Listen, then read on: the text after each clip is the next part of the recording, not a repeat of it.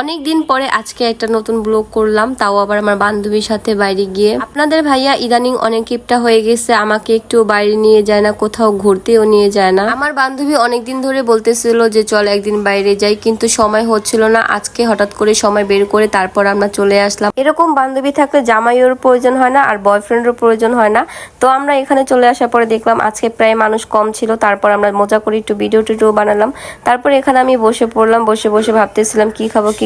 এর ভিতরে মনে পড়ে গেল আজকে তারা 99 টাকা চিকেন মোমোজ দিচ্ছে, তাও আবার 6 পিস। তাই দেরি না করে আমরাও একটা অর্ডার করে দিলাম, সাথে একটা চিকেন স্যান্ডউইচ অর্ডার দিয়ে দিয়েছিলাম। এখানে খাবার অর্ডার দেওয়ার সাথে সাথে আপনাকে বিল পে করতে হবে, তারপর একটা টোকেন দিয়ে দিবে, সেই টোকেন অনুযায়ী আপনাকে যে খাবারগুলো আনতে হবে। এখানে স্যান্ডউইচ গুলো দেখতে অনেক লোভনীয় লাগতেছিল, তাই না? আমি সবার ফার্স্টে ট্রাই করে দেখলাম কেমন হয়েছে, পরে টেস্ট করার পরে দেখলাম যে মোটামুটি ভালোই হয়েছিল। সুন্দর জায়গা, কিন্তু খাবারের প্রাইস গুলো খুবই কম ছিল। আমার কাছে এই বিষয়টা খুবই ভালো লেগেছে। এখানে আমাদের মোমোসও চলে আসছিল, 99 টাকার মোমোস। দেখেন কি সুন্দর, ভাবা যায় বলুন? এত সুন্দর জায়গা আর এত কম দামে খাবার।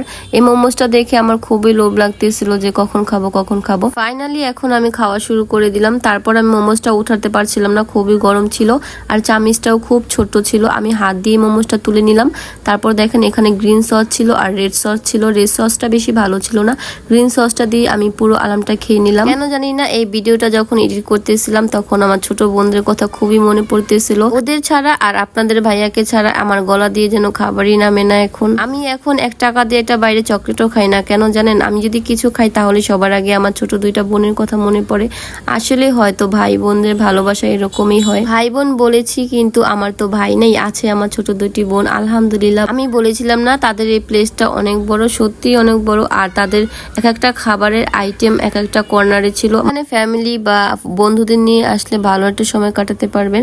তারপরে এখানে দেখেন একটা পিচ্চি মামুনি। পিচ্চিটা হচ্ছে আমার বান্ধবীর বোনের মেয়ে, কেউ আবার নজর দিবেন না, সবাই মাশাআল্লাহ বলবেন। দেখেন আমি শুধু ভিডিও বানাচ্ছি আর ও কি সুন্দর ঢং করতেছে।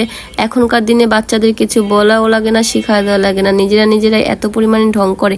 আর এই বয়সে মোবাইল কি আমরা তাও জানতাম না। এখন আমাদের খাওয়া দাওয়া শেষ, আমরা চলে যাব, তাই একটু ভিডিও বানাচ্ছিলাম। আজকের ভিডিও কেমন হয়েছে সবাই অবশ্যই কমেন্ট করে জানাবেন। সবাই ভালো থাকবেন, সুস্থ থাকবেন আর আমাদের জন্য দোয়া করবেন। আল্লাহ হাফেজ।